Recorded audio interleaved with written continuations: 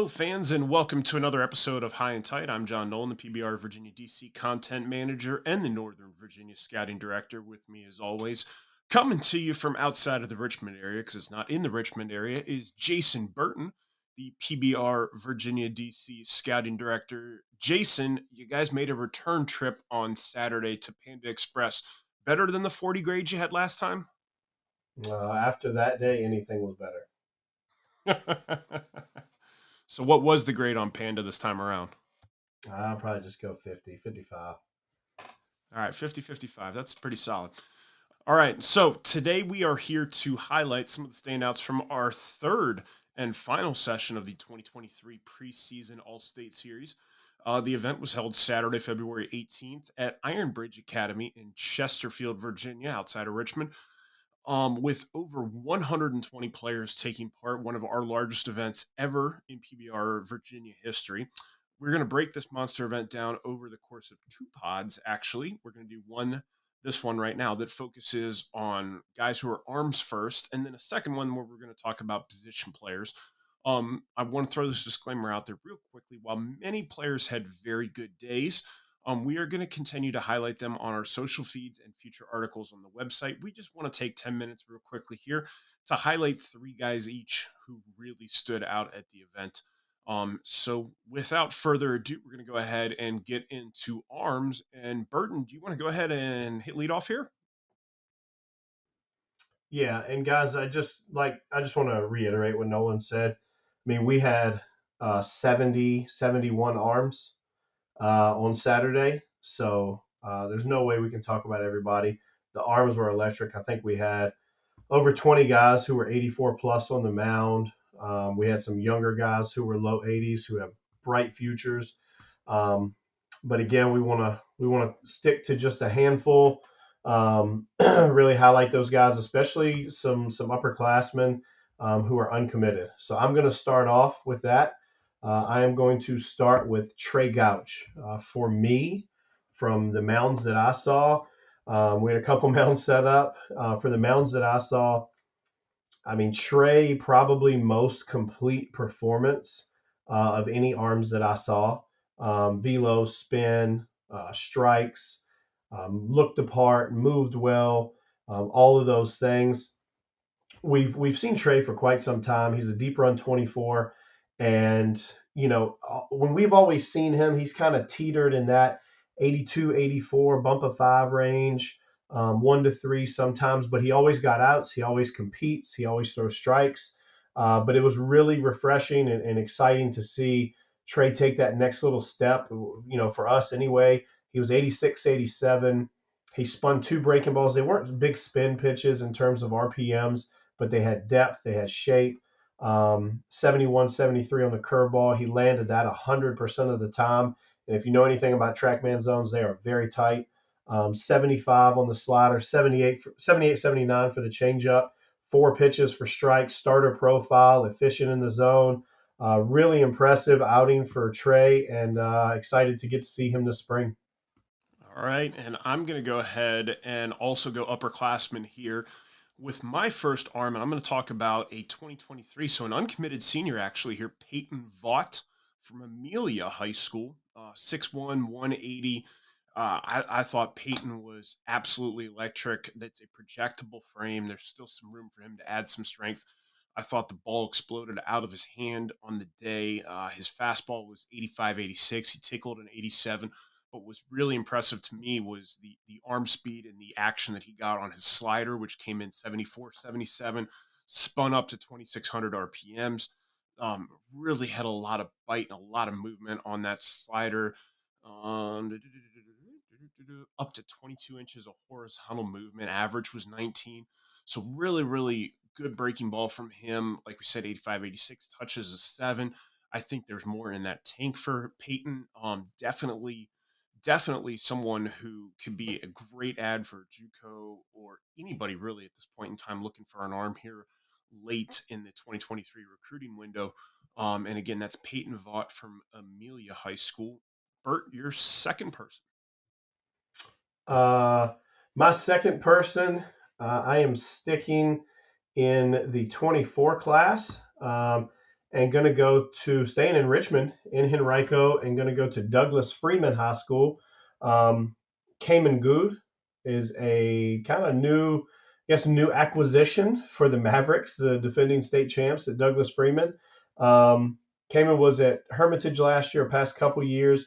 We've seen him a couple times at tournaments and stuff like that, and it's always been a very athletic, easy, raw arm.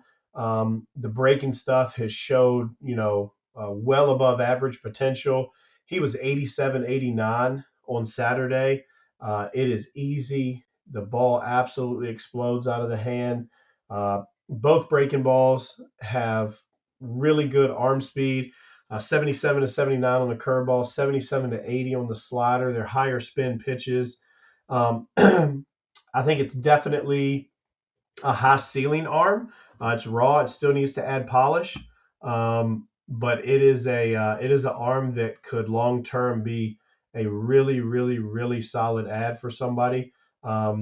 Again, he's got a lot of polish left to add to his repertoire, but the stuff is real.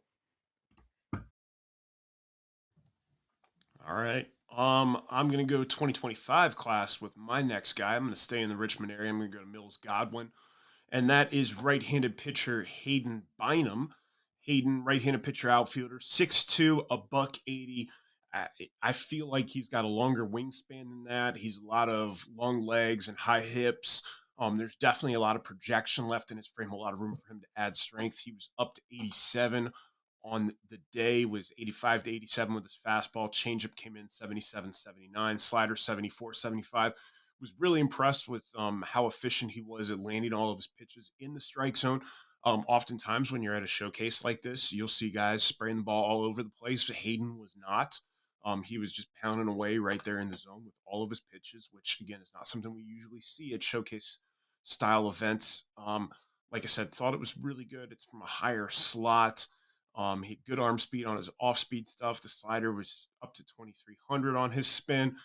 So that's some room to tighten up there when it comes to that spin as he goes. Couple of inches, or 8 to 10 inches of induced vertical break. It was more of a late hard slider as opposed to the guy who I talked about earlier. Vaught has just a big sweeping slider. Hayden's is more of tight late, just get it off the barrel kind of thing.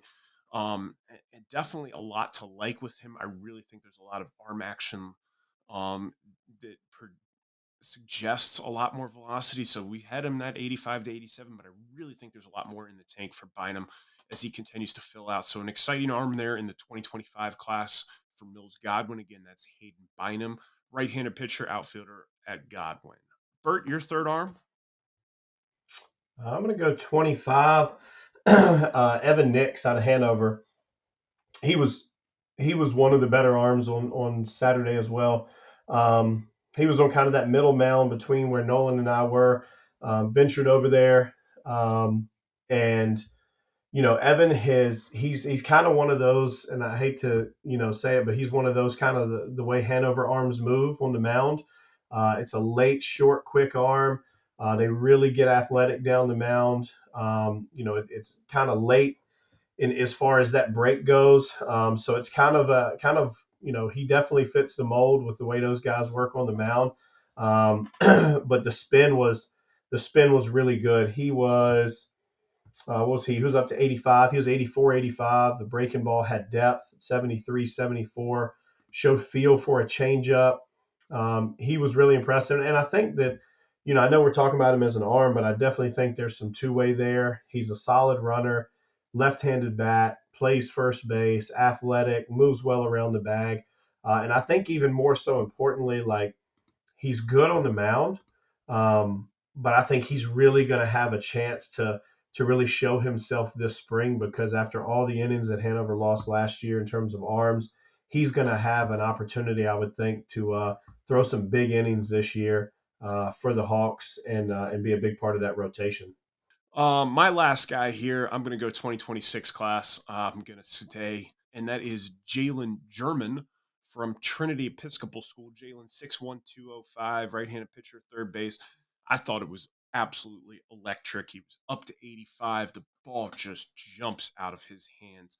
He has an insanely fast arm. He was 83, 85. The changeup was 73, 74. Breaking ball 76, 77. There's a lot of time for the other stuff to develop, but for me, it's just the arm action, the frame. That 83, 85 is what he was on Saturday, but there's so much more in the tank for him. And he's a freshman, so there's a lot of time left for German. Really, really liked what I saw. He's pretty physical, to be honest with you. 6'1", 205 is what he lists himself. There's definitely some room for him to add some strength as well, but he already wears a decent amount of strength on his frame. We have him ranked number 4 in the class of 2026 right now.